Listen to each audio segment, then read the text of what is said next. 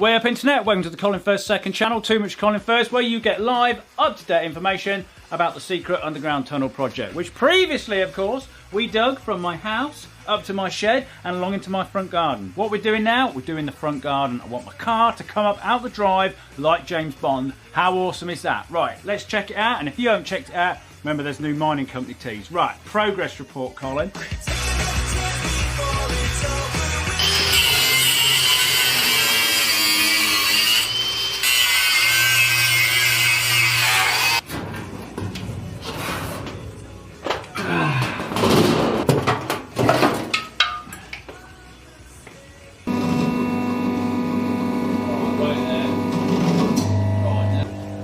Here we go, back on this old girl. Where are we going to stab you in first? You there.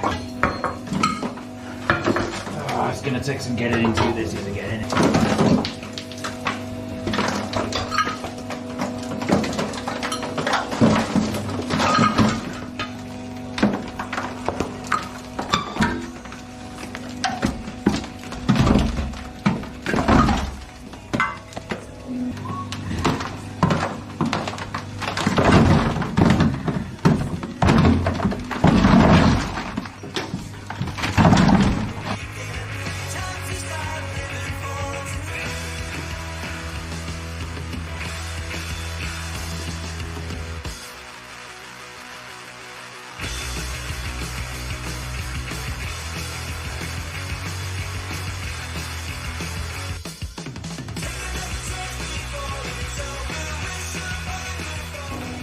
Oh, look at it.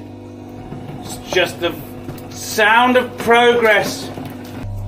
Now this first bit's always a bit tricky because I'm working inside the tunnel, and rather than pushing off the rock into the rock, I'm having to push off the tunnel itself, and as you can see, the whole thing's getting covered in mud. My OCD is going crazy because I like this all clean. We've got the ring main we need to worry about. It's alright because once we get further another foot and then we're back in here, we're back to normal. It doesn't matter.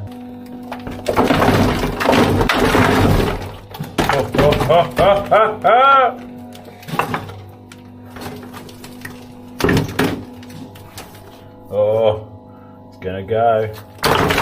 It's gone.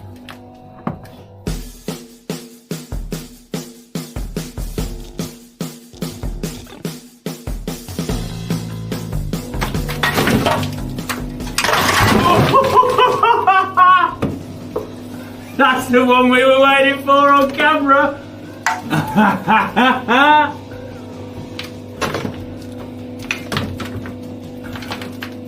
They'll jump out the blooming way quickly.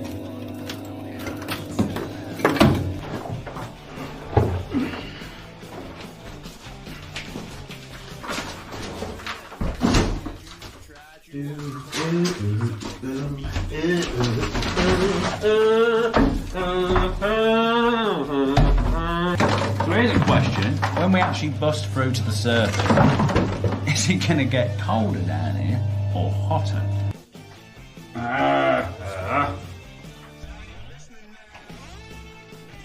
Here we go, see what I'm doing now, I'm getting blinded.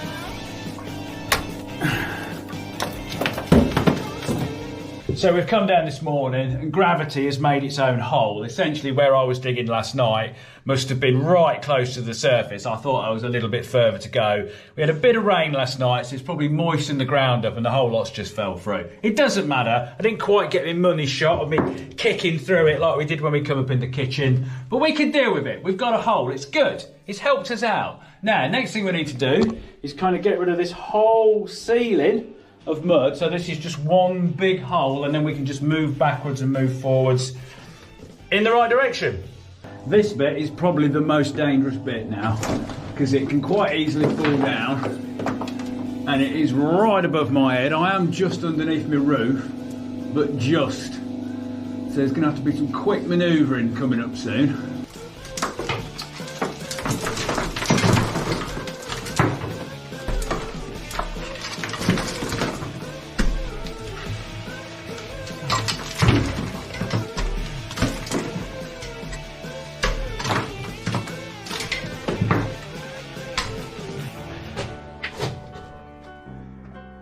The sewer has landed on me.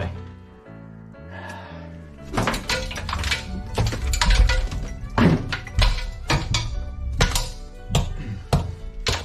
think it's gonna fall in a minute.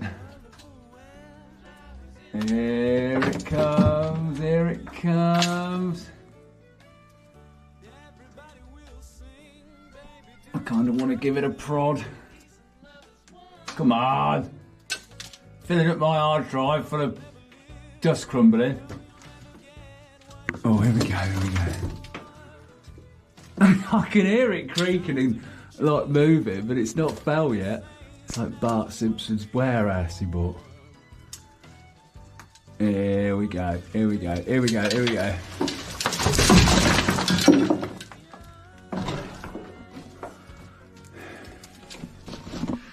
This is by far the most dangerous bit we have done in the whole thing. Till we get a decent hole out here that I can stand on a step ladder or something and be completely to the side of it, this is sketchy. This is proper sketchy. But there we go. Right, what we're doing now, I'm trying to get some more out.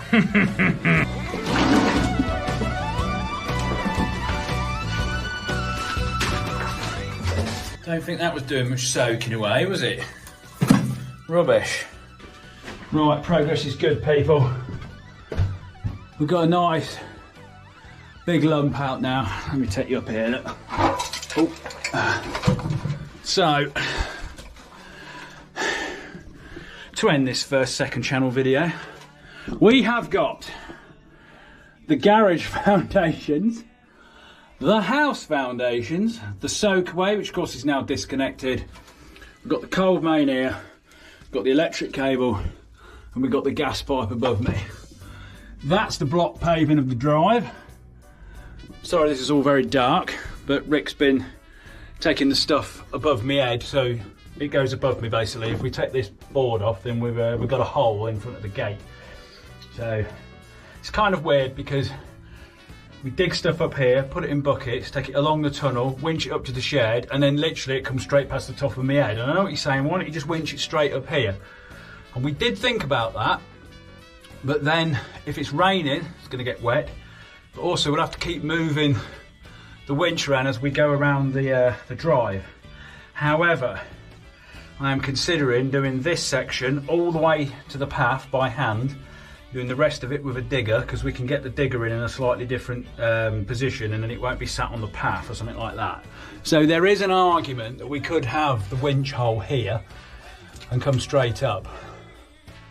I don't know how much time that would save, if I'm honest with you, because by the time Rick's gone and oh, I'm not quite in the centre of the shop. By the time Rick's gone and took all the stuff and come back, I've filled another load of tubs up, so, and then they can winch off. So while he's doing it, it kind of keeps up with itself, really. Right, I'm going to tidy these up a little bit so they're a bit cleaner. Thank you very much. Oh, come on, Colin, point it at you.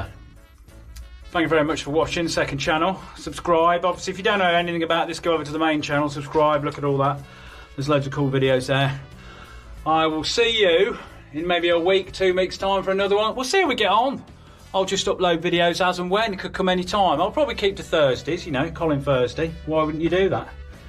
Right, I'm going to do a bit of chimbling. Take these are the most dangerous bits, look. The hardcore for the drive just crumbles off really easy, and then they've got this little clay seam here. That's really tacky. When you expose it, it starts to dry up, it contracts, and then it falls down.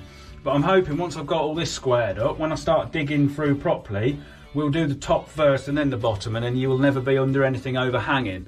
That's always been the plan, but of course this first bit was quite tricky to execute like that.